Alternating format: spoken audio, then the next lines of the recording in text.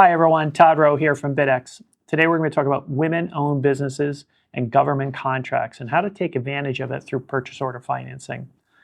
I had a training today with Rhea, my intern, and we talked about things such as sam.gov. I hope this content is valuable to you, and I want you to stay to the end.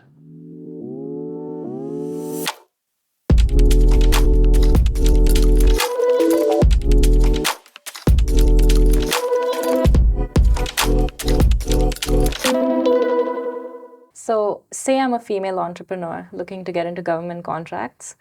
Where do I start and how do I get the financing? That's a great question, Rhea. All right, so let's first start off with we have to create the entity, okay? So the entity is a startup. So as being a startup, you're going to want to go out and create a new LLC, okay? So by having the LLC, you'll get what's called a federal ID number and a state ID number. And so these are kind of the basics. Of course, you're going to want to go out and set up a business checking account, etc. But the key is to take that LLC and go to the federal government and register it as a minority business or a woman-owned business, okay? So being a woman-owned business, you're going to have some advantages to getting awards on contracts, okay?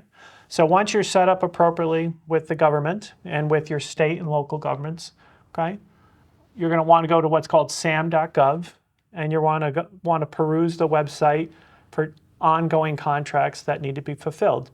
So you want to find contracts that fit your niche, you know, stuff that you know you can handle.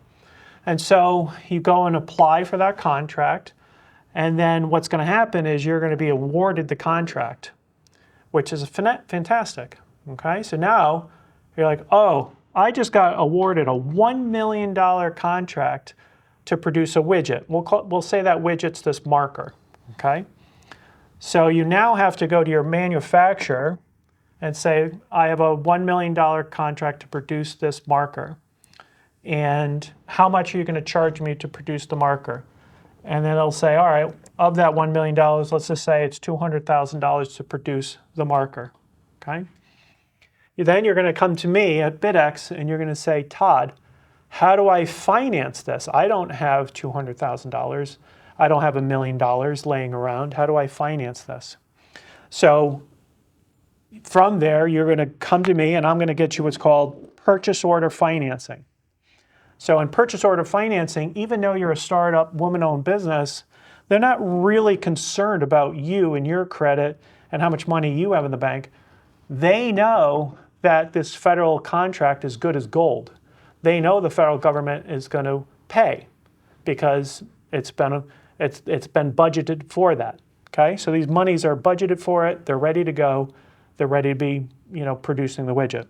So the purchase order financing company is going to give you what's called a letter of credit, and you're going to take that letter of credit back over here to your bank, and you're going to say, banker, I have a letter of credit. I want to now use that letter of credit to produce these widgets and pay my manufacturers, etc. Okay. So now, once the widget or the marker has been produced and ready for shipment, it's going to go to the government. So the federal government will ultimately receive it, okay? And once they receive that contract, then you can send them what's called an invoice, okay?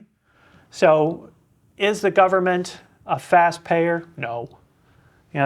You'll see that they'll release the funds 30, 60, 90 days, somewhere in there, okay? But the purchase order company, they don't want to wait those days. The minute the government says, I've received the markers or the widget, the purchase order company wants to get out. They want to get paid and get out.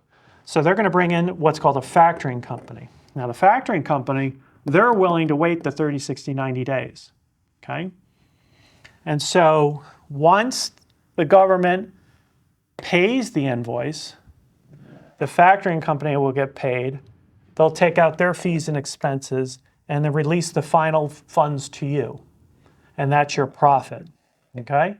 So you're going to have to wait a while, because the purchase order company needs to get paid, the factoring company needs to get paid, and then the difference is you.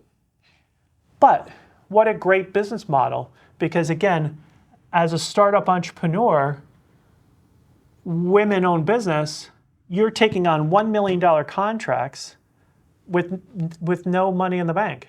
You're just good at finding the right contract. You're good at getting awarded the contract.